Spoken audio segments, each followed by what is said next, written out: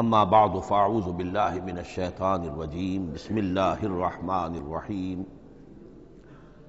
حامیم والکتاب المبین انا جعلناہ قرآنا عربیا لعلکم تعقلون وقال تبارک وتعالی کما ورد فی سورۃ یوسف علیہ السلام الف لام را تلک آیات الکتاب المبین انا انزلناہ قرآنا عربیا لعلکم تعقلون وقال عز وجل كما ورد في سورة الزمر قرآنا عربيا غير ذي عوج وقال جل وعلا كما ورد في أول سورة الكهف الحمد لله الذي أنزل على عبده الكتاب ولم يجعل له عوجا صدق الله العظيم رب اشرح لي صدري ويسر لي أمري واحلل عقدة من لساني يفقهوا قولي۔ تعارف قرآن کے ضمن میں جو مباحث پہلی نشست میں مکمل ہو چکے ہیں اس میں ایک کمی رہ گئی تھی، اس کو پورا کر لیجئے۔ قرآن مجید کی 2 آیات کے بارے میں یہ روایت موجود ہے صحیح مسلم میں حضرت عبداللہ ابن مسعود رضی اللہ تعالی عنہ سے کہ سورہ بقرہ کی آخری 2 آیات حضور کو شب معراج میں عطا ہوئی ہیں، وہ زمین پر نازل نہیں ہوئیں بلکہ حضور نے آسمان پر پہنچ کر ان کو حاصل کیا ہے۔ یہ امت کے لیے شب معراج کے تحفے کے طور پر یہ 2 آیتیں آمن الرسول بما انزل الیہ من ربہ والمؤمنون کل آمن باللہ وملائکتہ وکتبہ ورسلہ لا نفرق بین احد من رسلہ وقالوا سمعنا واطعنا غفرانک ربنا والیک المصیر۔ پھر آخری آیت جس میں طویل ترین دعا ہے۔ یہ 2 آیات جو ہیں مستثنیٰ کر لیجئے تو باقی جو ہے قرآن مجید وہ پھر پورا حجاز میں زمین پر نازل ہوا ہے محمد رسول اللہ صلی اللہ علیہ وسلم کے قلب مبارک پر۔ اب جو اگلی بحث ہے اس تعارف قرآن کے ضمن میں، قرآن کی زبان کون سی ہے؟ یہ سب جانتے ہیں عربی زبان ہے، لیکن کون سی عربی؟ عربی کوئی ایک نہیں ہے۔ جیسا کہ آپ کو معلوم ہے کہ ایک زبان ہوتی ہے پھر اس کے ڈائلیکٹس ہوتے ہیں۔ پنجابی زبان کے نہ معلوم کتنے ڈائلیکٹس ہیں، بنگلہ زبان کے نہ معلوم کتنے ڈائلیکٹس ہیں، پشتو کے کتنے ڈائلیکٹس ہیں۔ عربی زبان کے اس وقت پورے عالم عرب کے اعتبار سے تو دیکھیے تو ہر ملک کا جو ہے اپنا لہجہ ہے اور ان کے اپنے انداز ہے۔ تو خود نزول قرآن کے وقت بھی پورے جزیرہ نمائے عرب میں کوئی ایک زبان نہیں تھی، زبان ایک تھی لیکن اس کے لہجے مختلف تھے، الفاظ مختلف تھے۔ تو یہ جان لیجئے کہ قرآن نازل ہوا ہے حجاز کے بادیہ نشینوں کی زبان میں۔ وہ اصل عربی زبان حجازی قوم سمجھتی تھی، شہری زبان نہیں، دیہاتی زبان۔ یعنی کہ شہروں میں دوسرے ملکوں کے لوگ آتے جاتے رہتے تھے، خاص طور پر مکہ مکرمہ جو ہے وہ تو چونکہ ایک بہت بڑا تجارتی مرکز تھا۔ لإلاف قریش إلافہم رحلۃ الشتاء والصیف فلیعبدوا رب ھذا البیت۔ ان کے قافلے جاتے تھے، آتے تھے، دوسرے تاجر بھی آتے تھے، تو ظاہر بات ہے کہ شہروں کے اندر تو پھر زبان جو ہے وہ مکسڈ ہو جاتی ہے، خالص نہیں رہتی۔ یہی وجہ ہے کہ قریش کے جو شریف گھرانے تھے، اونچے گھرانے تھے، وہ اپنے بچوں کو صحرا میں بھیج دیتے تھے کہ ان کی پرورش وہاں ہو، وہاں وہ خالص عربی زبان سیکھیں، ان کی زبان جو ہے پولیوٹڈ نہ ہو۔ تو بادیہ نشین حجاز کے، نجد کے نہیں، حجاز کے بادیہ نشین، ان کی زبان میں قرآن نازل ہوا ہے۔ یہ آیتیں اس سے پہلے بھی سامنے آ چکی ہیں سورہ زخرف کی، انا جعلناہ قرآنا عربیا لعلکم تعقلون۔ ہم نے اس اپنے کلام قدیم کو عربی زبان کا جامہ پہنایا ہے۔ انا انزلناہ قرآنا عربیا، یہ سورہ یوسف کی آیات، ہم نے اتارا ہے اسے قرآن عربی بنا کر، قرآنا عربیا لعلکم تعقلون۔ سورہ زمر میں قرآنا عربیا غیر ذی عوج، یہ عربی مبین میں ہے، صاف ستھری دھلی ہوئی عربی زبان جس میں کہیں کوئی ٹیڑھ نہیں ہے، کوئی ایچ پیچ نہیں ہے۔ اور یہی پھر سورہ کہف میں جو ایک ترانہ حمد اللہ نے ہمیں سکھایا ہے کہ میرے اس انعام عظیم پر میرا شکر ادا کیا کرو، تو کن الفاظ میں الحمدللہ الذی انزل علی عبدہ الکتاب ولم یجعل لہ عوجا۔ تو یہ عربی مبین جو ہے اگرچہ اصلاً ہے بادیہ نشین حجاز کے، البتہ یہ کہ عرب کے دوسرے قبائل کے بھی ان کی زبانوں کے بعض الفاظ اس میں آئے ہیں۔ اس سے آگے بڑھ کر یہ کہ بعض معرب الفاظ بھی ہیں، ہندی زبان کا کوئی لفظ اس نے عربی کا جامہ پہن لیا، فارسی زبان کا کوئی لفظ اس نے عربی کا جامہ وہ بھی قرآن میں بعض ہیں، استثناءات ہیں یہ۔ جیسے سنگ گل، یہ فارسی زبان کا لفظ ہے، سنگ گل، وہ سجیل بن کر قرآن مجید میں آ گیا ہے، حجارۃ من سجیل، یہ جو الم تر کیف فعل ربک باصحاب الفیل سورہ فیل میں ہے، سنگ گل کا سجیل بنا۔ اس طرح کے کچھ اور الفاظ بھی ہیں، لیکن یہ سمجھیے کہ ایکسیپشنز پروو دی رول، یہ استثناءات ہیں، قاعدہ اپنی جگہ پر قائم رہے گا کہ یہ حجاز کے بدوؤں بادیہ نشینوں کی جو زبان تھی اس میں قرآن نازل ہوا ہے۔ اس قرآن کے بارے میں، اس کی زبان کے بارے میں جو چند پہلو سامنے رہنے چاہیے، فصاحت اور بلاغت کی معراج، یہ میں بعد میں قرآن کے وجوہ اعجاز پر جب بحث کروں گا کہ یہ کس کس اعتبار سے معجزہ ہے، تو وہاں زیادہ تفصیل سے یہ بات آئے گی کہ عربی زبان کی فصاحت اور بلاغت کی معراج ہے۔ آپ کو معلوم ہے کہ آج بھی دنیا میں یہودی بھی ہیں جن کی مادری زبان عربی ہے، عیسائی بے شمار ہیں جن کی مادری زبان عربی ہے، ان کے ہاں بھی عربی ادب کی چوٹی کی کتاب جو پڑھائی جاتی ہے وہ قرآن ہے۔ یہ انہیں ماننا پڑتا ہے کہ عربی ادب کی جو آخری کتاب ہے، چوٹی کی کتاب ہے، وہ یہی ہے۔ یہودی بھی پڑھائیں گے، جیسے آپ انگریزی زبان پڑھنی ہے سمجھنی ہے تو شیکسپیئر کے بغیر آپ کیسے سمجھیں گے، اب وہ تو ایک سٹینڈرڈ ہے۔ اسی طریقے سے یوں سمجھیے کہ عربی زبان عربی ہونے کے اعتبار سے کلام اللہ ہونا اس پر ان کا ایمان نہیں ہے، لیکن یہ کہ عربی زبان کے اعتبار سے اس کی فصاحت اور بلاغت کا لوہا وہ مانتے ہیں۔ پھر اس میں ایک خاص ملکوتی غنا ہے، ڈیوائن میوزک، صوتی آہنگ ہے، عذوبت ہے، مٹھاس ہے۔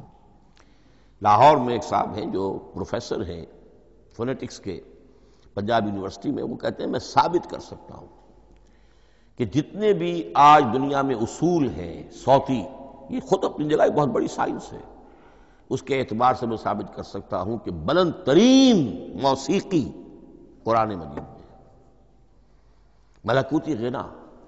اسی لیے قرآن مجید کو اچھی سے اچھی آواز میں پڑھنے کی تاکید آئی ہے۔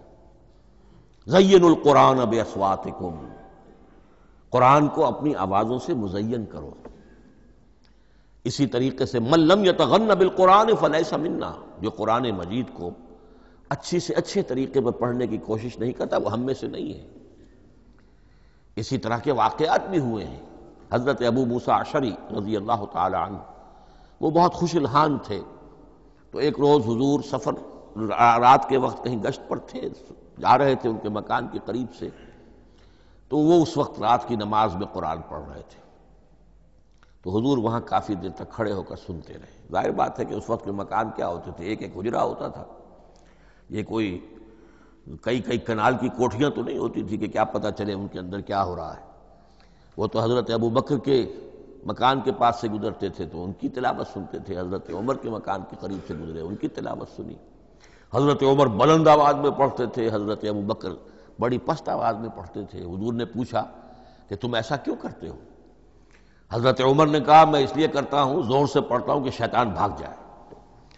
حضرت ابو بکر نے عرض کیا کہ میں اس لیے پڑھتا ہوں کہ جس کو میں سنا رہا ہوں وہ سنتا ہے، اس کو بلند آواز کی ضرورت نہیں۔ حضور نے کہا کہ ابو بکر تم ذرا اونچی کر لو آواز، اور عمر تم ذرا پست کر لو، ایوریج میں لے آؤ۔ تو بہرحال یہ معاملہ حضور کا صحابہ کے ساتھ ہوتا تھا۔ تو ابو موسیٰ اشعری رضی اللہ تعالی عنہ کی جب قرأت آپ نے سنی تو اگلے روز جب ملاقات ہوئی فجر میں، تو آپ نے تحسین فرمائی ان الفاظ میں، یا ابا موسیٰ انک قد اوتیت مزمارا من مزامیر آل داود، اے ابو موسیٰ تمہیں تو اللہ نے آل داؤد کے سازوں میں سے ایک ساز عطا کیا ہے، یعنی حضرت داؤد کے گلے میں جو ساز تھا، خوش الحانی تھی، ان کی آواز نہایت خوبصورت تھی۔ تو اسی طریقے سے اب وہاں کوئی مزمار سے مراد وہ نہیں ہے، آلات موسیقی نہیں، گلے میں جو اللہ تعالیٰ نے رکھا ہے۔ تو انک قد اوتیت مزمارا من مزامیر آل داؤد۔ ایک آخری بات یہ نوٹ کیجئے کہ قرآن مجید کا عظیم ترین احسان ہے عربی زبان پر۔ یہ یوں سمجھیے کہ ایک ستون کی طرح اس زبان کو ٹھہرا دیا ہے، اس کو سٹیبل کیا ہے قرآن مجید۔ آج بھی پوری دنیا میں جسے عرب کہتے ہیں فصیح زبان، لغہ فصحی، وہ ایک ہے، وہ قرآن ہی کی ہے۔ زبانیں بدلتی رہتی ہیں۔ اردو 300 سال پہلے کی دکن میں جب شروع ہوئی، وہ آج آپ پڑھ بھی نہیں سکیں گے وہ کیا اردو تھی ولی دکنی کی، پھر وہ کیا اس نے روپ بدلے ہیں، اب وہ اردو کس شکل میں ہے، فارسی کن کن شکلوں میں رہی ہے، مختلف انگریزی کتنی شکلیں بدل گئی ہیں، لیکن عربی قائم ہے۔ اس کے لیے جیسے کہ قرآن مجید میں آتا ہے کہ ہم نے پہاڑ زمین میں گاڑ دیے اس کو سٹیبلائز کرنے کے لیے، ان تمید بکم، تمہیں لے کر زمین ایک طرف کو جھک نہ جائے۔ تو جس طرح یہ پہاڑ جو ہیں سٹیبلائزنگ ایفیکٹ رکھتے ہیں اس زمین کے لیے، اسی طریقے سے قرآن سٹیبلائزر ہے عربی زبان کا۔ اس کے اندر جو ایک ٹھہراؤ اور جماؤ پیدا کیا ہے، یہ قرآن مجید کا احسان عظیم ہے۔ تعارف قرآن کے ضمن میں اگلی گفتگو، قرآن کے اسماء و صفات۔ عربوں کا ایک خاص ذوق تھا، اور ظاہر بات ہے کہ اللہ تعالیٰ نے جب قرآن نازل کیا ہے تو عربوں کے ذوق کو بھی مد نظر رکھا ہے۔ ان کا ذوق کیا تھا؟ جس چیز سے انہیں محبت ہوتی تھی اس کے وہ بہت سے نام رکھتے تھے۔ گھوڑے کے لیے ہزاروں لفظ مل جائیں گے آپ کو، شیر کے لیے 5000 الفاظ مل جائیں، تلوار کے لیے 5000 الفاظ مل جائیں، یعنی اس شے کی جو بھی صفت ہے اس صفت کے اعتبار سے ایک نام، کوئی اور صفت ہے اس صفت کے ایک اور نام، تو وہ صفاتی نام۔ اب جیسا کہ آپ کو معلوم ہے اللہ کے 99 نام صفاتی تو ہے نا، اللہ کی ایک صفت دوسری صفت، اسی کے اعتبار سے اس کے نام ہیں۔ قرآن مجید کے اسماء علامہ جلال الدین سیوطی رحمۃ اللہ علیہ نے 55 شمار کیے، لیکن وہ بھی مکمل نہیں ہے لسٹ، اس لیے کہ اس میں ایک اہم نام برہان یہ شامل نہیں ہے۔ ان میں سے جو اہم اسماء ہے میں آپ کو سنا دیتا۔ القرآن، جس پر گفتگو بعد میں ہوگی، اس لیے کہ سب سے زیادہ ایک رائے یہ ہے کہ یہ تو اس میں جامد ہے، اس میں علم ہے قرآن کے لیے، پراپر ناؤن ہے۔ الکتاب، الذکر، الہدا، النور، الفرقان، کلام اللہ، الوحی، روحا من امرنا۔ پھر اس کی صفات کے اعتبار سے الکریم، الحکیم، العظیم، المجید، المبین، رحمہ، العلی، بصائر، بشرا، بشیر، نذیر، عزیز، قرآن عزیز، بلاغ، بیان، احسن القصص، احسن الحدیث، موعظہ، شفاء، مبارک، مہیمن، قیم، مثانیہ، متشابہ۔ یہ میں نے آپ کو 23 نام بتائے ہیں، لیکن یہ کہ علامہ جلال الدین سیوطی نے 55 گنوائے۔ لیکن جو بحث دلچسپ ہے وہ یہ ہے کہ جو اس کے لیے لفظ القرآن ہے، اس کے معنی کیا ہے اور یہ کس مصدر سے، کس مادے سے یہ لفظ بنا ہے۔ ایک رائے تو یہ ہے کہ یہ اس میں جامد ہے، یہ مشتق نہیں ہے، کسی مادے سے نکلا ہوا نہیں ہے۔ اور یہ بھی آپ نوٹ کر لیجئے، اللہ کے اسماء میں سے بھی ایک نام کو سمجھا جاتا ہے، وہ مشتق نہیں ہے، اس میں جامد ہے، اس میں علم ہے، اور وہ ہے اللہ۔ باقی سارے نام صفاتی ہیں، ایک نام، اس لیے اس میں ذات کہتے ہیں اس کو، اس میں ذات۔ لیکن یہ رائے متفق علیہ نہیں ہے، یہ کچھ لوگوں کی رائے ہے۔ ایک رائے یہ بھی ہے کہ یہ بھی اس میں علم نہیں ہے، یہ بھی مشتق ہے الہ سے۔ جیسے حکیم، یہ صفت ہے، الحکیم یہ اللہ کا نام ہو گیا، الہ ایک معبود، الالہ معبود برحق، الالہ وہ اللہ بن گیا، ایک رائے یہ۔ لیکن یہی اسی طریقے سے نوٹ کیجئے کہ قرآن مجید کے بارے میں بھی ایک رائے یہ کہ القرآن اس کا اسم علم ہے، پراپر ناؤن ہے، یہ جامد ہے، یہ مشتق نہیں ہے، کسی اور مادے سے نکلا نہیں۔ لیکن جو اکثریت کی رائے ہے، جس پر تقریباً اجماع ہے، وہ یہ ہے کہ نہیں، یہ اس میں جامد نہیں، اس میں مشتق ہے۔ لیکن پھر دو رائے ہیں کہ مادہ کیا ہے۔ ایک قرن قاف را نون، اور ایک قرا قاف را حمزہ، یہ دو مختلف مادوں کے بارے میں رائے ہے کہ قرآن ان سے نکلا ہے۔ قرن کہتے ہیں کسی چیز کا قریب ہو جانا، جڑ جانا، مل جانا۔ یہ حج کی جو تین شکلیں ہیں، حج تمتع ہے، حج قران ہے، اور حج افراد ہے۔ قران کیا ہے؟ ایک ہی احرام میں عمرہ بھی اور حج بھی دونوں کو جمع کر لیا جائے تو یہ حج قران ہے۔ اسی سے قران الصعدین کا لفظ استعمال ہوتا ہے۔ قرینہ اور قرائن جو ہے اسی سے الفاظ۔ امام فرا کی رائے یہ ہے کہ قرن سے یہ قرآن بنا ہے، اس لیے کہ اس میں بھی اللہ تعالیٰ کی آیات جمع ہو گئی۔ اسی طرح قرأ قاف را اور حمزہ، اس قرات کا مصدر بھی بن جاتا ہے، جیسے رجحان، را جیم ہے، رجح سے رجحان، غفران، غفرانک ربنا، پروردگار ہم تیری مغفرت کے خواستگار ہیں۔ اسی طرح قرآن قرأ سے بنا ہے۔ مفعول جو ہے وہ مصدر کے معنی میں آ جاتا ہے، یعنی پڑھی جانے والی شے۔ اور ایک قرأ آتا ہے عربی زبان میں، قرأت الماء فی الحوض، میں نے پانی جمع کر لیا حوض کے اندر، بارش ہوئی میں نے کچھ پانی حوض میں جمع کر لیا، قرأت الماء فی الحوض۔ اسی سے قریہ کا لفظ بنا، قریہ بستی کو کہتے ہیں جہاں لوگ جمع ہو کر رہتے ہیں، قریہ۔ تو اس معنی میں یہ قرآن جو ہے یہ جمع ہے، اللہ تعالیٰ کی اسماء صفات اور اللہ کی ذات جو ہے اور اس کی آیات کا جامع ہے۔ یہ ہے لفظ قرآن کی بحث۔ اگلی بحث اور بڑی اہم ہے اور دلچسپ ہے، قرآن کا اسلوب کلام کس کیٹیگری میں فال کرتا ہے؟ قرآن کیا ہے؟ ایک شے کی تو سختی سے نفی کی اللہ نے، یہ شعر نہیں ہے۔ وما علمناہ الشعر وما ينبغی لہ، سورہ یاسین۔ ہم نے شعر تو انہیں سکھایا ہی نہیں، محمد الرسول اللہ کو صلی اللہ علیہ وسلم، اور وہ شعر ان کے شایان شان بھی نہیں۔ شاعروں کے بارے میں سورہ شعراء میں چونکہ بالعموم شاعروں کے بارے میں جو بات کہی گئی ہے، وَالشُّعَرَاءُ يَتَّبِعُهُمُ الْغَاوُونَ أَلَمْ تَرَ أَنَّهُمْ فِي كُلِّ وَادٍ يَهِيمُونَ إِنَّهُمْ يَقُولُونَ مَا لَا يَفْعَلُونَ إِلَّا الَّذِينَ آمَنُوا۔ استثناء تو ہے کہ اچھے لوگ بھی ہوتے ہیں، لیکن اکثر و بیشتر شعراء کا معاملہ یہی ہے، ان کی پیروی کرتے ہیں وہی لوگ کہ جو حد سے گزرنے والے ہوتے ہیں، لاؤبالیانہ انداز والے لوگ، غیر سنجیدہ لوگ پیروی کرتے ہیں۔ خود وہ بھی زمین و آسمان کے قلابے ملاتے ہیں، کبھی ادھر کی بات کبھی ادھر کی بات۔ اور تیسری بات یہ کہ عام طور پر جو کہتے ہیں وہ کرتے نہیں ہیں، انہم یقولون ما لا یفعلون۔ تو یہ شعر کی تو نفی کی گئی ہے قرآن مجید، جیسا کہ میں نے آپ کو سنایا تھا سورہ حاقہ کی آیات، انہ لقول رسول کریم وما هو بقول شاعر، یہ شاعر کا کلام نہیں۔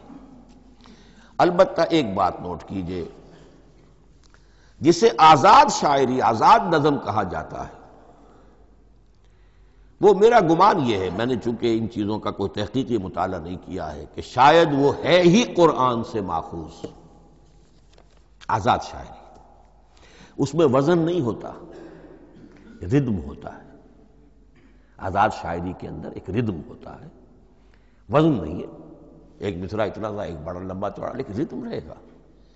یہ جو آزاد شاعری، بلینک ورس جس کو آپ کہتے ہیں، میرا گمان یہ ہے کہ شاید دنیا میں اس کا رواج قرآن کے بعد ہی ہوا ہو، اور قرآن مجید ہی کی نقالی میں یہ صنف جو ہے ادب کی وہ ایجاد کی گئی ہو۔ واللہ عالم، میں یہ بات دعوے سے نہیں کہہ سکتا، گمان ہے میرا۔ البتہ یہ کہ اب اس سے آگے چلیے، شعر نہیں ہے، نثر ہے، لیکن نثر کے اعتبار سے بھی کون سی کیٹیگری میں آئے گی؟ کیا یہ کتاب عام معنی میں جسے ہم کتاب کہتے ہیں وہ کتاب ہے؟ ایک تو وہ بات تھی نا جو اقبال کے حوالے سے میں نے آپ سے کہی، کتابیں نیز چیزیں دیگر است، اس وقت وہ بات نہیں میں کہہ رہا۔ عام کتابوں سے اس کا فرق کیا ہے؟ ایک کتاب ہوتی ہے، اس میں ہر چیپٹر میں ایک بحث مکمل ہو جاتی ہے، اگلے چیپٹر میں پھر لوٹا کر آپ پہلے چیپٹر کی کوئی بات نہیں کریں گے، پھر وہ بات آگے چلے گی، ابواب ہوں گے، ابواب میں مضمون کے مطابق مضمون آگے بڑھتا چلا جائے گا۔ کتاب کا یہ لازمی وصف ہے۔ قرآن مجید عثمانی میں کتاب نہیں ہے، اس میں قصہ آدم و ابلیس 7 جگہ آ رہا ہے، بار بار آ رہا ہے، سورہ بقرہ میں، سورہ اعراف میں، سورہ ہجر میں، سورہ بنی اسرائیل میں، سورہ کہف میں، پھر سورہ طٰہٰ میں، چلتے جائیے، سورہ صاد میں حضرت موسیٰ علیہ السلام کا قصہ کتنی مرتبہ آ رہا ہے۔ تو قرآن مجید اس کتاب کی کیٹیگری، اس کی ڈیفینیشن پر پورا نہیں اترتا۔ دنیا میں جو کتاب کا معیار ہے، عام اس کا جو اسلوب ہے، اس کی جو ڈیفینیشن ہے، ایک شکل ہوتی ہے مجموعہ مقالات، وہ بھی نہیں ہے، اس میں ہر مقالہ اپنی جگہ پر ایک مکمل شے ہوتی ہے، لیکن یہ کہ وہ دوسرے مقالات سے تو مختلف ہوگی، یہ مجموعہ مقالات بھی نہیں۔ اس کا اسلوب جو ہے وہ خطبے کا ہے، اوریشن، اور یہ کہا جا سکتا ہے it's a collection of divine orations, یہ اللہ تعالیٰ کے خطبات کا مجموعہ ہے۔ مختلف اوقات میں خطبے نازل ہوتے تھے حضور پر صلی اللہ علیہ وسلم، اور یہ بھی جان لیجئے کہ عرب میں ادب کی 2 ہی صنفیں تھیں جو معروف تھیں، یا شعر یا خطبہ، یا خطیب ہوتے تھے بڑے شعرا بیان خطیب، اور یا شاعر ہوتے تھے۔ تو یہ جب شعر کے اسلوب پر نہیں تھا تو خطابت کا اسلوب ہے جو اللہ نے اختیار فرمایا، اور ہر موقع پر، ہر مرحلے پر جو خطبہ اس وقت کے حالات کی مناسبت سے نازل ہوا وہ ایک صورت ہے۔ تو یہ ہے کلیکشن آف ڈیوائن اوریشنز، یہ اللہ تعالیٰ کے مجموعہ خطبات الہیہ اسے کہا جا سکتا ہے، لیکن اس سے جو چند نتیجے نکلتے ہیں وہ نوٹ کرنے ضروری ہیں۔ خطبے میں مخاطب اور مخاطب کے مابین ایک ریپور ضروری ہے۔ اگر کوئی مصنف بیٹا کتاب لکھ رہا ہے، اس کے سامنے کوئی سامع نہیں ہوتے، وہ تو اپنی مگن میں جو بھی خیال ہے اپنے دل میں وہ لکھ رہا ہے۔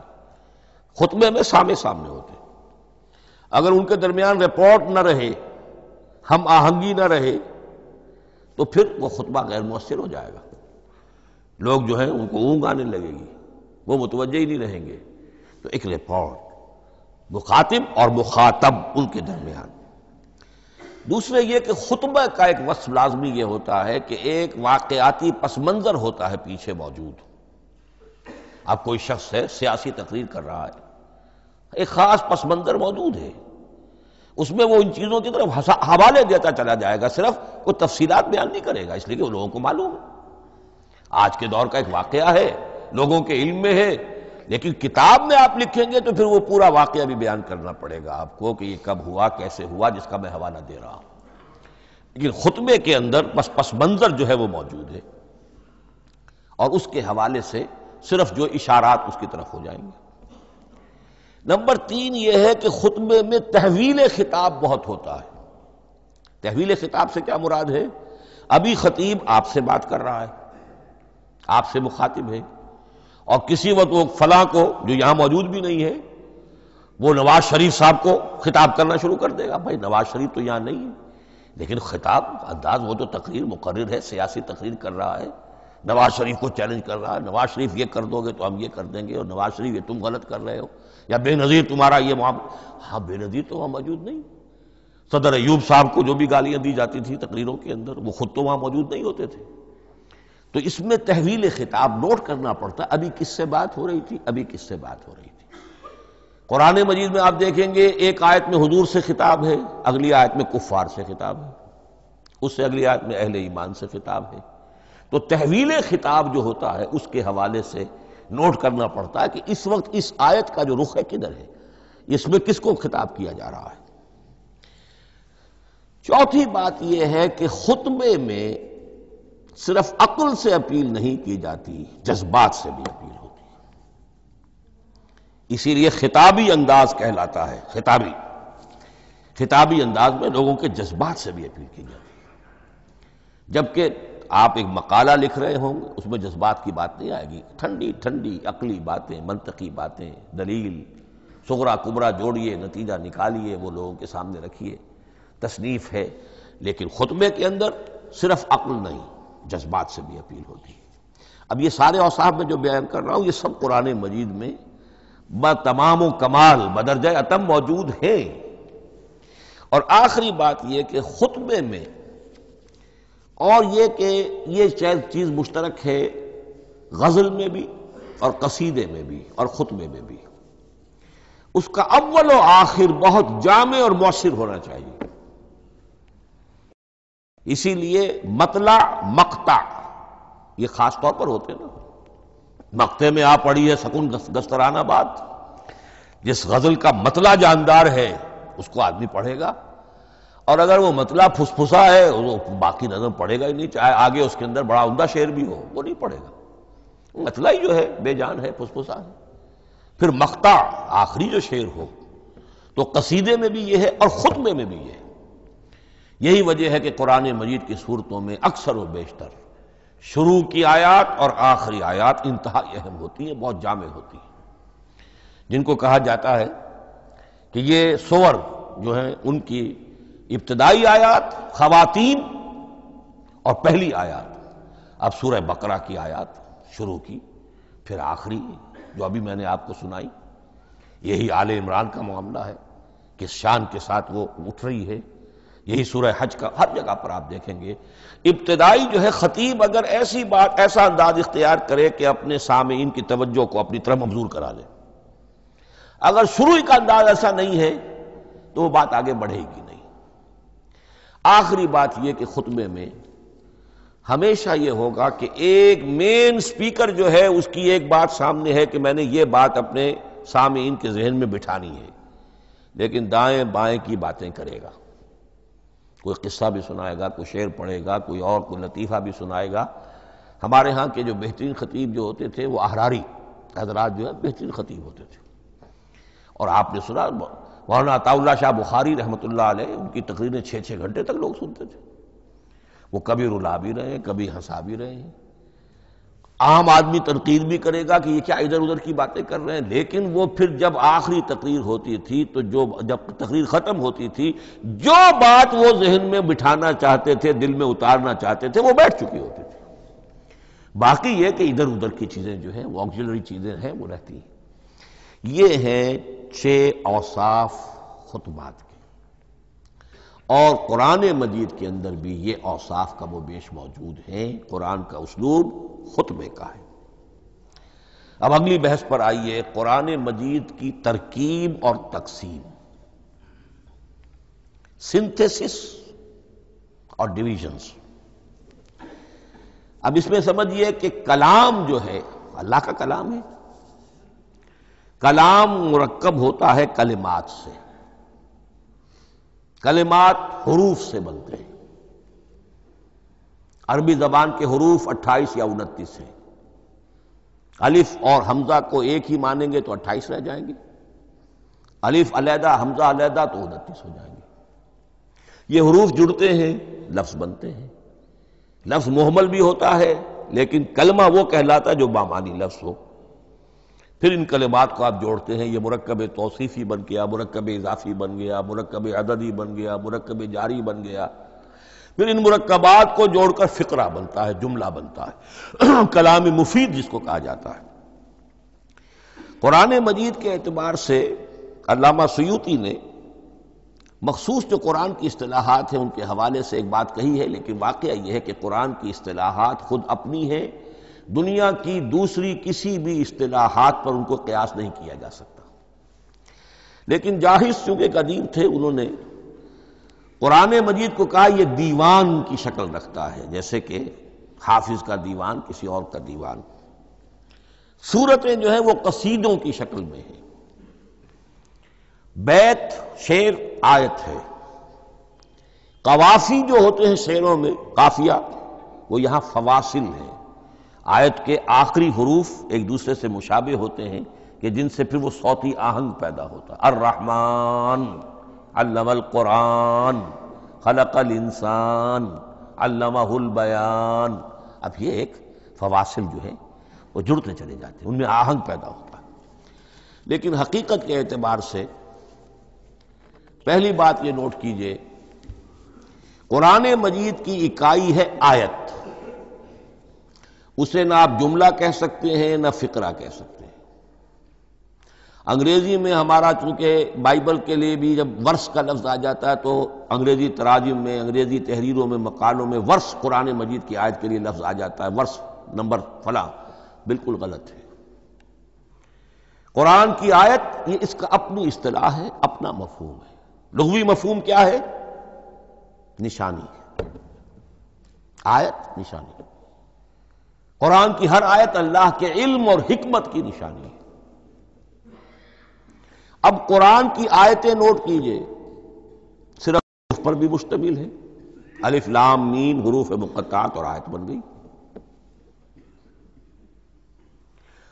وہ مرکبات ناقصہ پر بھی مشتمل ہے، والعصر مرکب جاری ہے، حرف جار، آیت ہو گئی۔ پورے جملے پر بھی مشتمل ہے، ان الانسان لفی خسر، ایک جملہ ہے،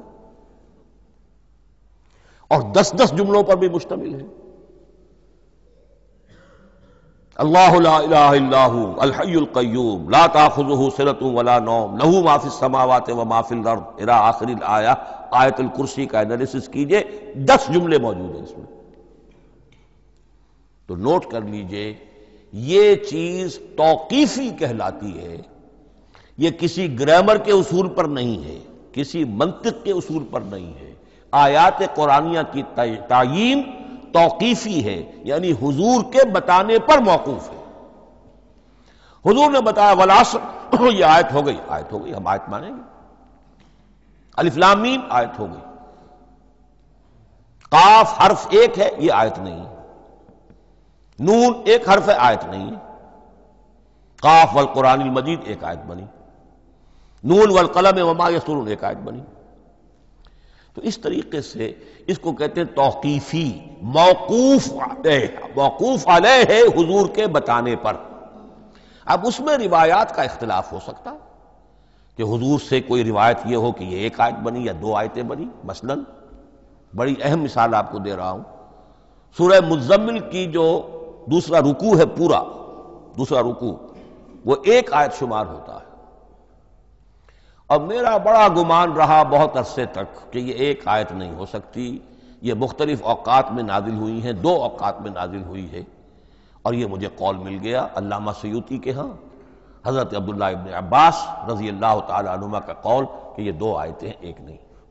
لیکن یہ کہ یہ ہوگا موقوف روایت پر، میں کوئی نہیں ہوں جو اسے قرار دے سکوں۔ ہاں مجھے اگر کوئی روایت مل جاتی ہے، کوئی خبر یا اثر، خبر محمد الرسول اللہ کی یا اثر آپ کے کسی صحابی کا صلی اللہ علیہ وسلم و رضی اللہ تعالی عنہ، تو پھر یہ ہے کہ ہم مانیں گے۔ تو اس کو کہتے ہیں توقیفی۔ آیات اور سور کا معاملہ توقیفی ہے بالکل، یا کسی منطق، کسی گرامر، کسی اصول بیان، کسی پر مبنی نہیں ہے، یہ مبنی ہے حضور کے بتانے پر۔ اسی طرح سورت کسے کہتے ہیں؟ عربی زبان میں سور کے معنی ہے فصیل۔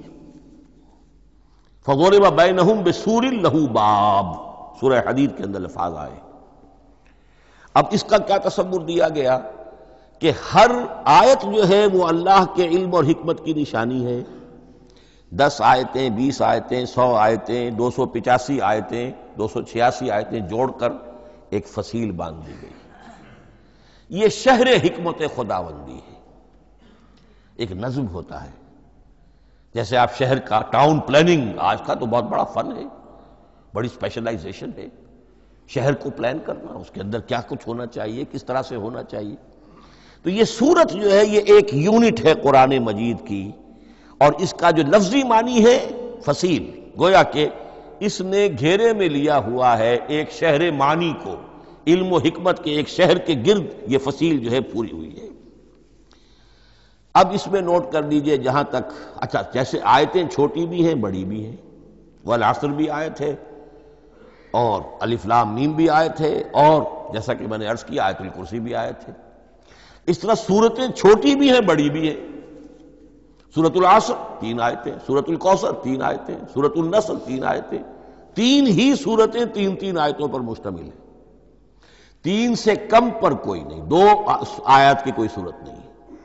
لیکن آگے آپ چل کے جائیے، اس کی بڑی سے بڑی تعداد سورہ بقرہ جو ہے سب سے بڑی ہے۔ تو آیت اور سورت کے علاوہ دور صحابہ میں صرف ایک لفظ اور تھا قرآن کی تقسیم کے ضمن میں، اور وہ تھا منزل یا حزب۔ منزل یا حزب 7 منزلوں میں یا 7 احزاب میں قرآن کو تقسیم کیا گیا، تاکہ جو شخص قرآن مجید ایک ہفتے میں ختم کرنا چاہے، ہر شب میں، اکثر و بیشتر وہ لوگ رات کو ہی رات کی نماز میں قرآن پڑھتے تھے، ایک منزل پڑھ لے تو ہفتے میں پورا قرآن ختم ہو جائے گا۔ یہ حزب بھی ہے اور منزل بھی ہے، اور یہ چونکہ دور صحابہ میں تھا، یقیناً حضور نے بتایا ہوگا، اس میں آپ کو عجیب حسن نظر آئے گا۔ اس میں یہ نہیں کیا گیا کہ بالکل برابر برابر ساتھ کر دو بھائی، چاہے صورتیں ٹوٹ جائیں، صورتوں کی فصیل کوئی نہیں ٹوٹتی، اس میں صورتیں مکمل جو کہ تو آئیں گی۔ اور پھر یہ کہ عجیب بات ہے کہ سورہ فاتحہ کو اگر ایک طرف رکھ دیں، وہ قرآن کے دیباچے کی حیثیت رکھتی ہے، تو پہلی منزل میں 3 سورتیں، دوسری میں 5 سورتیں، تیسری میں 7، چوتھی میں 9، پانچویں میں 11، چھٹی میں 13 اور 17 اور 7ویں میں 65۔ یہ ہے کہ جو ان سورتوں کی ایک بڑی جیسے کہ ایک سیڑھی چڑھ رہی ہے، اور تقریباً مساوی ہو جاتے ہیں، کوئی 4.25 پارے ہے، کوئی 4.5 پارے ہے، کوئی 4.25 پارے، اس طریقے سے ہے، تقریباً مساوی۔ لیکن آرٹیفیشل ایکویلٹی پیدا کرنے کے لیے، مصنوعی مساوات پیدا کرنے کے لیے سورتوں کی فصیلوں کو نہیں توڑا گیا۔ اس سے آگے چل کر جو پاروں کی تقسیم ہے وہ بہت بعد کی بات ہے، 30 پارے، اور اس میں آپ کو یہ ساری قباحتیں نظر آئیں گی۔ اس میں سورتوں کی فصیلیں توڑی گئی ہیں اور بڑے بھونڈے طریقے پر توڑی گئی۔ سورہ ہجر ایک آیت ادھر ہے، باقی ساری سورت جو ہے اگلے پارے میں فصیلیں توڑ دی گئی۔ معلوم ہوتا ہے کسی شخص کے پاس جو قرآن تھا مصحف، اس نے صفحے گنے، 7 سے 30 سے تقسیم کیا اور برابر صفحوں کے اندر وہ پارے بنا دیے۔ لیکن بہرحال دور صحابہ میں پاروں کا کوئی ذکر نہیں تھا، یہ بات کی بات ہے۔ دور صحابہ میں آیت، سورت اور حزب۔ اسی طریقے سے طویل سورتوں کو جو رکوعوں میں تقسیم کیا گیا، یہ بھی بات کی بات ہے۔ لیکن یہ جو تقسیم کیا گیا ہے سورتوں کو رکوعوں کی شکل میں، 35 سورتیں تو قرآن کی ایسی ہیں چھوٹی ہیں جو ایک ایک ہی رکوع پر مشتمل ہے۔ آخری پارے کی 37 صورتیں ہیں، پہلی 2 کی جو 2 رکوع ہے، باقی سب کے سب جو ہے وہ ایک ہی رکوع شمار ہوتا ہے۔ لیکن رکوع کیوں کیے گئے؟ لمبی صورتوں میں سے اگر کچھ حصہ پڑھنا ہے نماز میں، سورہ بقرہ پوری تو نہیں پڑھ سکتے آپ ایک رکعت کے اندر، تو اس کا وہ حصہ پڑھا جائے جس میں ایک مضمون پورا ہو جائے، مضمون نہ ٹوٹے، تاکہ وہاں پر رکوع کرے آدمی کہ جہاں پر کہ وہ مضمون ایک اعتبار سے مکمل ہو گیا۔ تو رکوع سے رکعت ہے، رکوع ہے، اس رکعت کے اندر ایک حصہ اتنا پڑھا جائے تاکہ مضمون جو ہے وہ خوبصورت رہے اور اس کا سلسلہ برقرار رہے۔ یہ تقسیم بھی اگرچہ بہت ہی ایک بدنام شخص ہے ہماری تاریخ کا، حجاج ابن یوسف، یہ اس کی ہوئی تقسیم ہے یا اس نے کرائی ہے، بہرحال اس کی طرف منسوب ہے، اور یہ بات ماننی پڑتی ہے کہ بڑے گہرے غور و فکر سے تقسیم کی گئی ہے، الل ٹپ نہیں ہے، بلکہ اس کے لیے واقعتاً غور کر کے جہاں وہ مضمون ختم ہوتا ہے، کہیں کہیں آپ اختلاف کر سکتے ہیں اور آپ کو حق حاصل ہے، اس لیے کہ یہ چیزیں توقیفی نہیں ہیں، یہ حضور کی بتائی ہوئی نہیں ہے، نہ رکوعوں کی تقسیم۔ اب سعودی عرب میں جو قرآن مجید چھپ رہے ہیں ان میں حزب ہو گئے ہیں، یعنی ہر پارے کو پارے برقرار رکھ کر 8 حزب بنا دیے انہوں نے، 4 حزب بنا دیے اور پھر نصف حزب کر کے 8 حصے کر دیے۔ تو یہ چیزیں جو ہمارے ہاں رکوع تو پاروں سے ادھر ادھر ہو جاتے ہیں، پارا بدل گیا رکوع وہی چل رہا ہے، اس لیے کہ رکوع میں مضمون کو پیش نظر رکھا گیا ہے، جبکہ پارے میں مضمون کو نہیں سامنے رکھا گیا۔ تو رکوع کا معاملہ جو ہے چاہے وہ حجاج ابن یوسف ہی نے کیا ہے، لیکن یہ کہ بہرحال وہ بہت صحیح ہے، اکثر و بیشتر کہیں کہیں آپ اس سے اختلاف کر سکتے ہیں۔ تو یہ تو اس کا ہم نے آپ کے سامنے رکھا سنتھیسس۔ اب اگلا موضوع ہے ترتیب و تدوین کیسے ہوئی۔ ان علینا جمعہ و قرآنہ، ہمارے ذمے ہے اس کو جمع بھی کرنا اور پڑھوانا بھی، اور پڑھوانے میں ترتیب آ جائے گی لازماً۔ لیکن یہ کہ ایک بات تو اس میں بالکل متفق علیہ ہے، جس میں کسی شک و شبے کی گنجائش نہیں، قرآن کی ترتیب نزولی اور تھی، ترتیب مصحف اور ہے۔ ترتیب مصحف میں سورہ فاتحہ کے بعد سورہ بقرہ ہے، سورہ بقرہ نازل ہوئی ہے مدنی دور میں جا کر، پھر سورہ آل عمران ہے وہ بھی مدنی ہے، سورہ نساء ہے وہ مدنی ہے، سورہ مائدہ ہے وہ مدنی، پھر آئی ہے سورہ انفال اور سورہ توبہ۔ یہ سورہ انفال تو مدنی نہیں، سورہ انعام اور سورہ اعراف یہ ہے کہ جو مکیات ہیں، یہ کہ بھی مکی دور کی بھی آخری زمانے کی ہے۔ ابتدائی جو مکی صورتیں وہ سب سے آخری حصے میں ہے، 29واں پارہ اور 30واں پارہ۔ تو ترتیب نزولی اور تھی، ترتیب مصحف اور ہے، اس میں تو کسی شک و شبے کی گنجائش نہیں۔ لیکن ہمارے ہاں اہل تشیع نے اس چیز کو بہت اچھالا ہے۔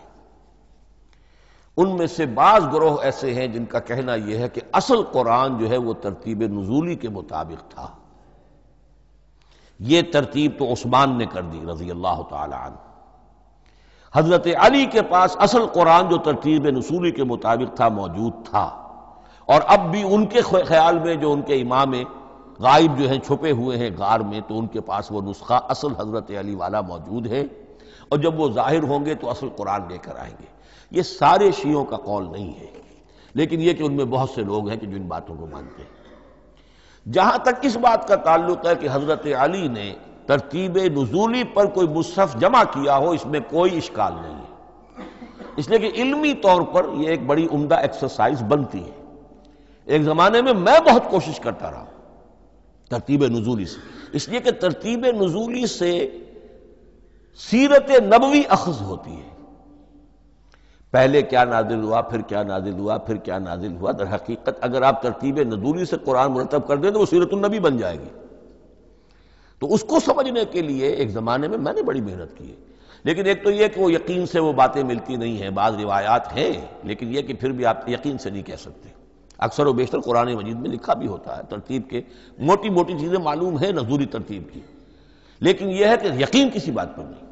تو پہلی بات یہ ہے کہ ہمارے نزدیک، اہل سنت کے نزدیک، اصل جو حجت ہے دین میں وہ ترتیب مصحف ہے۔ یہی ترتیب جو اس وقت مصحف عثمان کی ہے رضی اللہ تعالی عنہ، یہی ترتیب ہے لوح محفوظ کی، یہی ترتیب ہے ام الکتاب میں، یہی ترتیب ہے کتاب مکنون میں۔ اب اس کے سمجھیے کہ اس کی تدوین کن مراحل میں ہوئی۔ سب سے پہلے اس کے جو مراحل ہیں 3، خود نبی اکرم صلی اللہ علیہ وسلم کے زمانہ مبارک میں جمع اور ترتیب یہ ہو گئی، لیکن کتابی شکل میں نہیں، ما بین الدفتین نہیں۔ حضور نے لوگوں کو پڑھ کر سنایا، اس ترتیب سے سنایا جس ترتیب سے یہ مصحف میں اب موجود ہے، اور ہر رمضان میں حضرت جبرائیل دورہ کرتے تھے حضور کے ساتھ، جتنا کہ قرآن اس وقت تک نازل ہو چکا ہوتا تھا، اور آخری رمضان مبارک آپ کی حیات طیبہ کا جو تھا اس میں 2 مرتبہ پورے قرآن کا دورہ ہوا، تو دورہ قرآن بغیر ترتیب کے تو نہیں ہو سکتا۔ تو یہ ترتیب حضور کی ہوئی ہے، توقیفی ہے، اور حضور ہی نہیں اللہ کی ہوئی ہے۔ یہی ترتیب لوح محفوظ میں، کتاب مکنون میں اور ام الکتاب میں ہے، اور یہ ترتیب حضور دے کر گئے ہیں صحابہ کرام کو۔ حفاظ تھے، کتنے حفاظ جو ہیں جنگ یمامہ میں شہید ہو گئے، تبھی تو خیال آیا کہ اس کو کتابی شکل میں بھی مرتب کیا جائے۔ لیکن کتابی شکل میں جسے کہتے ہیں 2 گتوں کے درمیان ایک کتاب مجلد، اس صورت میں جہاں تک میں تحقیق کر سکا ہوں اور جہاں تک ہمارے اکثر و بیشتر لوگوں کی رائے ہے، حضور کے زمانے میں یہ اس طریقے سے ما بین الدفتین، 2 گتوں کے مابین ایک کتاب کی شکل میں قرآن موجود نہیں تھا۔ لوگوں کے سینوں میں محفوظ تھا، جیسے محمد الرسول اللہ کے سینے میں محفوظ تھا۔ ان علینا جمعہ، وہ جمع حضور کے سینے میں کیا اللہ نے۔ اسی طرح پھر صحابہ کرام بے شمار جو حفاظ تھے ان کے سینوں میں محفوظ تھا۔ دوسرا مرحلہ کب آیا؟ جب حضرت ابوبکر صدیق کے عہد خلافت میں جنگ یمامہ میں بہت سے حفاظ شہید ہو گئے۔ اب ایک تشویش پیدا ہوئی، ایسا نہ ہو کہ قرآن ضائع ہو جائے، لہذا اسے کتابی شکل میں مرتب کر لینا چاہیے۔ اس کے لیے پھر بہت سے صحابہ نے حضرت ابوبکر کو اپروچ کیا کہ جتنے قراء ہیں، جتنے کاتبین وحی ہیں، ان سب کو آپ جمع کیجئے اور جمع کر کے اس قرآن مجید کو ایک کتاب کی شکل میں جمع کر لیں۔ حضرت ابوبکر شروع میں بہت ریلیکٹنٹ رہے، ان کا ایک خاص مزاج تھا، اتباع رسول کا جذبہ انتہا درجے کا۔ جو کام حضور نے نہیں کیا میں کیسے کروں؟ اگر تو یہ کام واقعی کرنے کا تھا تو حضور کرتے، میں کیسے کروں؟ لیکن یہ کہ جب صورتحال بہت لوگوں کی طرف سے دباؤ پڑا کہ نہیں یہ کر لینا چاہیے، ان کے سامنے بھی حکمت آ گئی، تو پھر انہوں نے اتفاق کرتے ہوئے جتنے بھی کاتبین وحی تھے ان سب کی ایک کمیٹی بنائی اور ان کو کہا کہ اب اس قرآن کو مرتب کر کے ایک کتابی شکل دے دی جائے۔ وہ کتابی شکل حضرت ابوبکر کے دور میں ہو گئی۔ تیسرا مرحلہ کیا ہے؟ یہ کتابی شکل میں جب قرآن مجید آ گیا، اور شروع میں یہ اجازت تھی کہ ہر قبیلے، ہر علاقے کے لوگ اپنے لہجے میں پڑھ لیں۔ اب پنجابی ہمارا مسلمان جو ہے وہ چاقو کو کاچو کہے گا تو وہ لکھے ہوئے کو بھی چاقو کو کاچو پڑھ کے نکلے جائے گا۔ تو مختلف لہجوں میں ہونے سے وہ ان کا جو ہے قرآن مجید بدل رہا تھا، کوئی کسی طرح پڑھ رہا ہے، کوئی کسی طرح پڑھ رہا ہے۔ اب اس کی تشویش ہوئی حضرت عثمان کے زمانے میں، جب دور بہت پھیل گیا، اسلام کا دائرہ، دارالاسلام کی وسعت بہت ہو گئی کہ اس طرح اگر یہ لوگ پڑھیں گے اور اپنے اپنے لہجے کی وجہ سے اب اس لہجے میں شکل بدل بھی جاتی ہے لفظ کی۔ کاچو کو کاف الف چے واو لکھنا شروع کر دیں گے پھر کہ کاچو سنا ہم نے، تو چاقو تو سنا ہی نہیں۔ تو ایک لفظ جو ہے چاقو لکھ رہا ہے اور ایک کاچو لکھ رہا ہے، تو چاقو اور کاچو میں فرق ہو گیا۔ لہذا اس وقت پھر جو کام کیا گیا وہ یہ کہ ایک ہی رسم تحریر، رسم کتابت، رسم الخط میں قرآن مجید کے نسخے تیار کیے گئے۔ اصل میں ایک بہت بڑا مغالطہ ہو جاتا ہے ہمارے جمعوں کے خطبوں میں، حضرت عثمان رضی اللہ تعالی عنہ کے نام نامی کے ساتھ وہ قوافی جو ہیں ان کی ملازمت سے جامع آیات القرآن عثمان ابن عفان رضی اللہ تعالی عنہ، غالب علی کل غالب علی ابن ابی طالب رضی اللہ تعالی۔ اب یہ جو جوڑتے ہیں قافیے، تو حضرت عثمان کے نام کے ساتھ یہ قافیہ جوڑ دیا، اس سے لوگوں کو مغالطہ بھی ہوا اور دشمنوں نے ایکسپلائٹ کیا کہ اس کا مطلب یہ ہے کہ قرآن تو جمع ہوا ہے حضرت عثمان کے زمانے میں، اور حضرت عثمان کے زمانے میں اور حضور کے زمانے میں کم و بیش 15 سال کا فصل تو ہو چکا، گویا کہ قرآن مرتب ہی ہوا ہے حضور کے انتقال کے 15 برس بعد۔ پھر حضرت عثمان کی شخصیت کو خاص طور پر جو سبائی فتنہ اٹھا تھا اس نے ایک ڈسپیوٹڈ پرسنالٹی بنا کے رکھ دیا ہے، نہیں معاذ اللہ، کوئی شک نہیں، لیکن یہ کہ ایک فتنہ اٹھا، فتنۃ الکبریٰ، اور حضرت عثمان رضی اللہ تعالیٰ عنہ کو انہوں نے بدنام کیا، لہذا اس کے نام سے اور بٹا لگ گیا، یہ مصحف عثمان ہے۔ یہ ہے اصل میں وہ حماقتیں کہ جو ہوئی ہیں ہم سے، یہ قافیے ملانے کی وجہ سے، حالانکہ حضرت عثمان کی شان جو ہے وہ در حقیقت جامع آیات القرآن نہیں ہے، جامع الامت علی رسم واحد، پوری امت کو ایک رسم الخط پر جمع کرنے والی شخصیت حضرت عثمان کی ہے۔ مثلا اب دیکھیے مالک یوم الدین کس طرح لکھیں گے؟ میم لام اور کاف،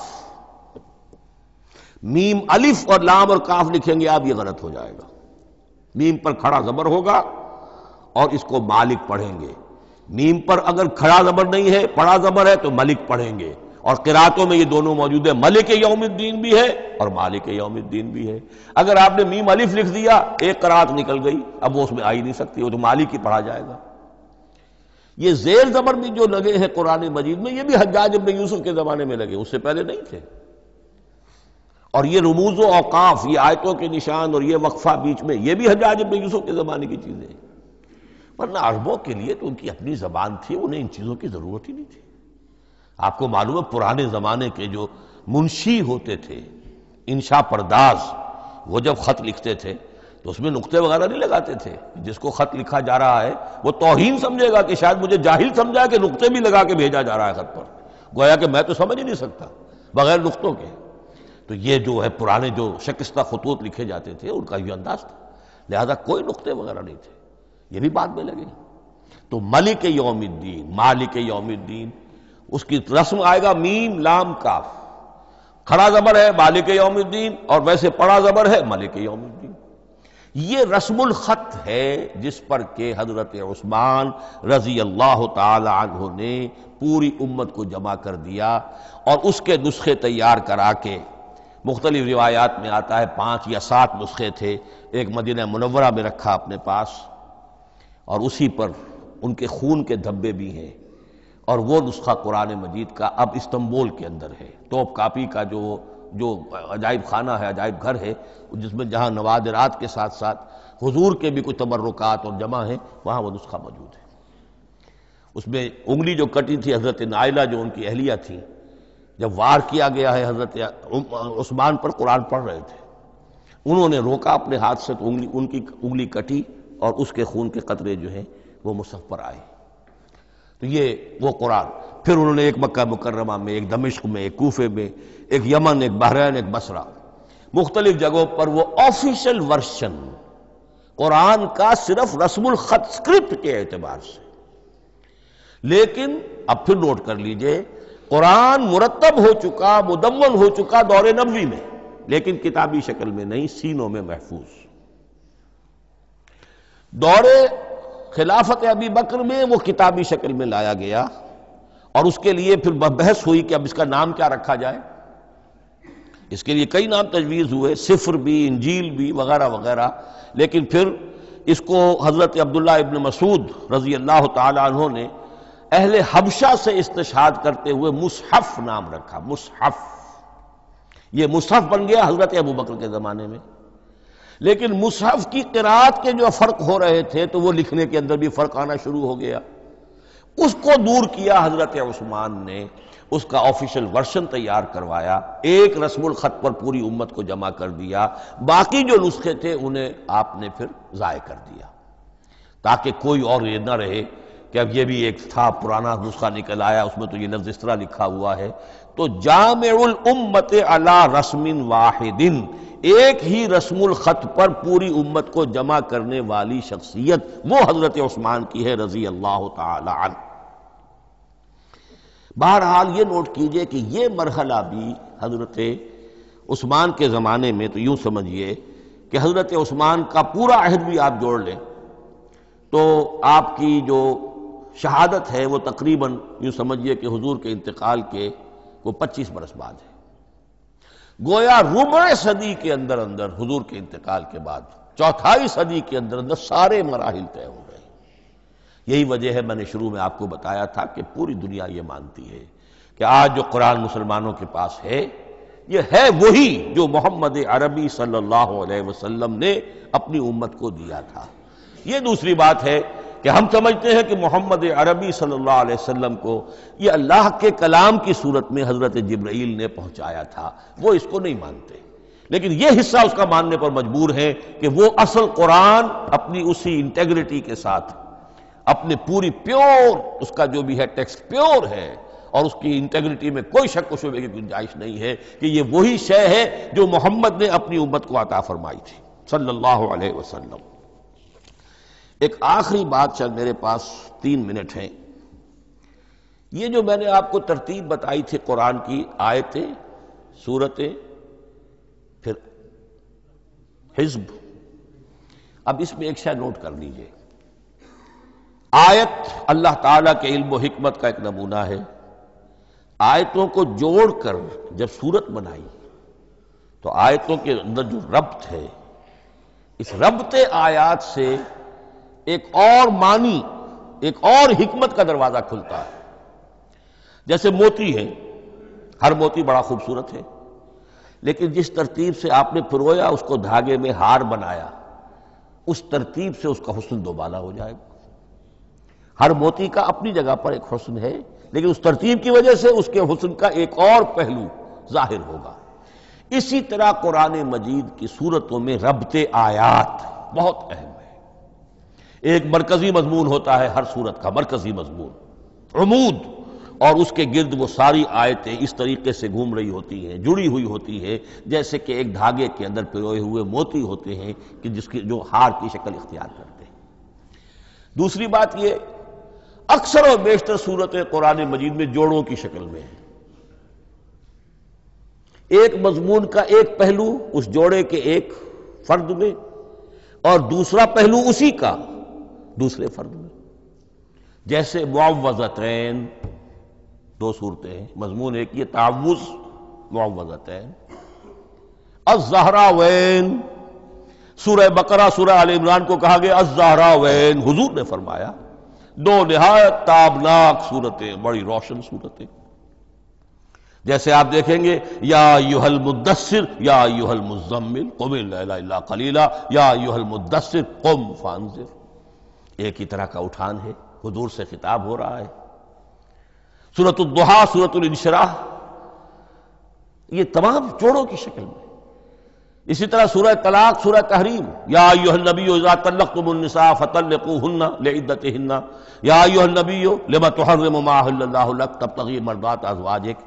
شوہر اور بیوی کے درمیان تعلق یا تو اتنا گہرا ہو جاتا ہے کہ ایک دوسرے کے لحاظ میں وہ حدود خدابندی ٹوٹنے لگے، بیوی کی وجہ سے آپ نے کسی حرام شے کو حلال کر لیا یا حلال کو حرام کر لیا، بیوی کو ناپسند ہے وہ شے، تو حضور سے ذرا سا یہ ہو گیا تھا معاملہ۔